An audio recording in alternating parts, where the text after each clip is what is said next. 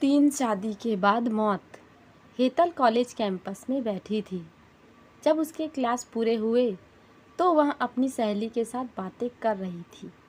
उसे रास्ते से जाते समय गायत्री दिखी। गायत्री को आवाज़ दी, गायत्री इधर आओ। हेतल की आवाज़ सुनते ही गायत्री हेतल के पास गई। दोनों बातें करने लगी।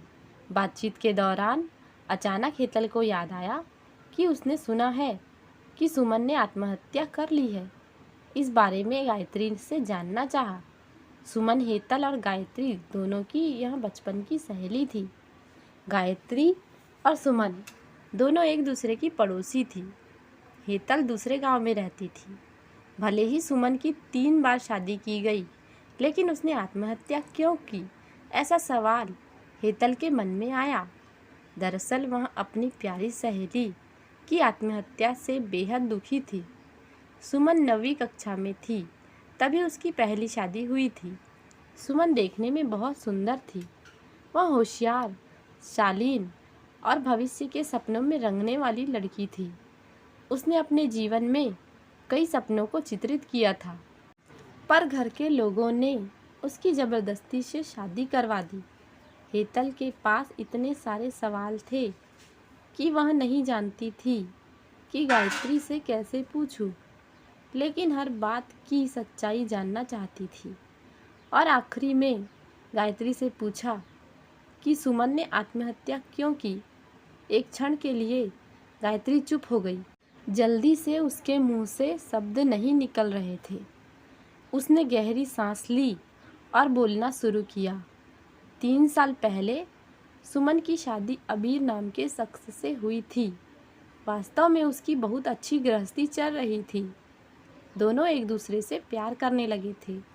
जब भी यह दोनों साथ में बाहर जाते तो सभी कपल इनसे जलते थे। अबीर और उसके परिवार के सभी सदस्य अच्छे स्वभाव के थे। जैसा उसने अपने सपनों में जोड़ीदार सोचा था, वैसा ही उसे अपना पार्टनर मिला था। उसके घर की स्थिति मध्यम थी। अबीर का एक छोटा सा होटल था।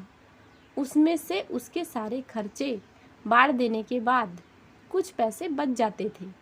घर की हालत बहुत साफ सुथरी थी। एक दिन वह होटल से घर बाइक पर आ रहा था। एक बड़ी कार से उसका बहुत बड़ा एक्सीडेंट हो गया और इसमें उसे काफ़ी चोटें आई।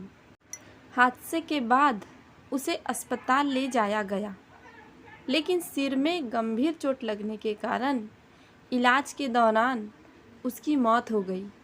सुमन को बहुत दुख हुआ, लेकिन उसके ससुराल वालों को गलतफहमी थी कि अबीर की दुर्घटना सुमन की वजह से हुई।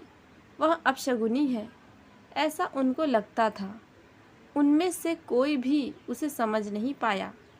अबीर के जाने के बाद कुछ दिनों के भीतर ही सुमन को घर से निकाल दिया गया।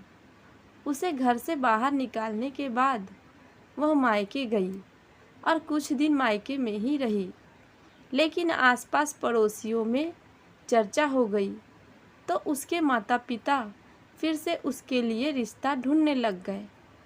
जब वह बाहर निकलती थी तो लोग हमेशा उसे ताने मारते थे। इस वजह से सभी बहुत परेशान हुए। ऐसे में उन्होंने जल्दी जल्दी से अमोल से शादी करवा दी। अमोल बहुत बुरा आदमी था।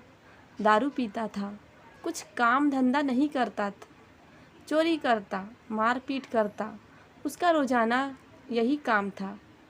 इस सब से सुमन को बहुत दुख हुआ था, पर वह कुछ नहीं कर सकती थी।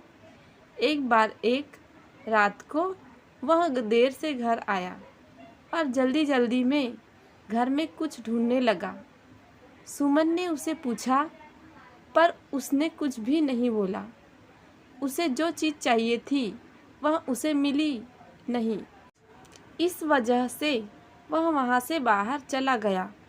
सुमन रात भर उसकी राह देखती रही, पर वह आया ही नहीं।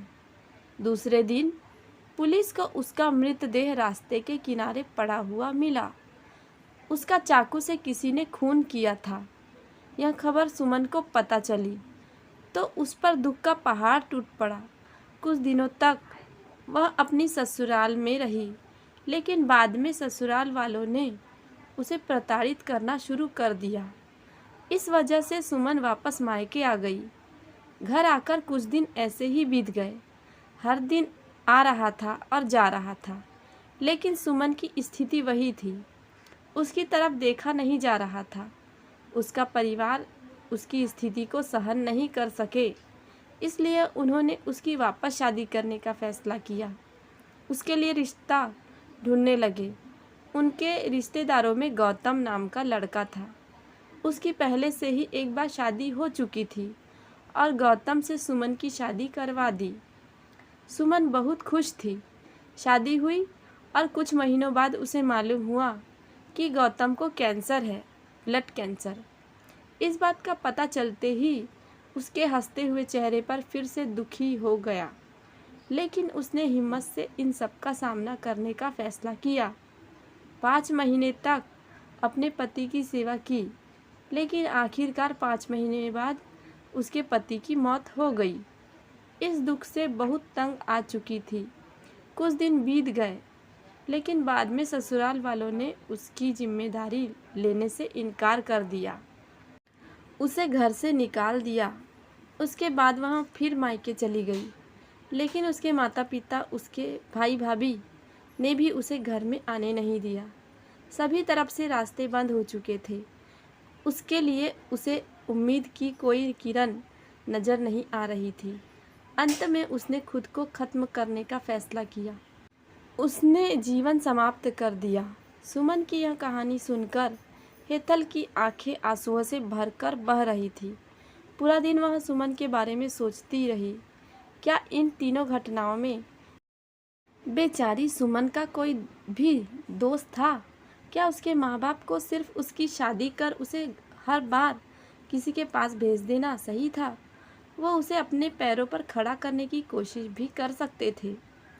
सच कहो तो हेतल की जान उसकी बदनसीबी ने नहीं, उसके परिवार और आसपास के लोगों की छोटी सोच ने ली है। वो बेचारी मनहूस नहीं, बदनसीब थी, क्योंकि उसके आसपास ऐसी सोच रखने वाले लोग थे। दोस्तों, कहानी आपको कैसी लगी कमेंट बॉक्स में ज़रूर बताएं। वीडियो अच्छा लगा हो तो लाइक ज़रूर करें। चैनल पे नए हैं तो सब्सक्राइब करना ना भूलें। धन्यवाद दोस्तों।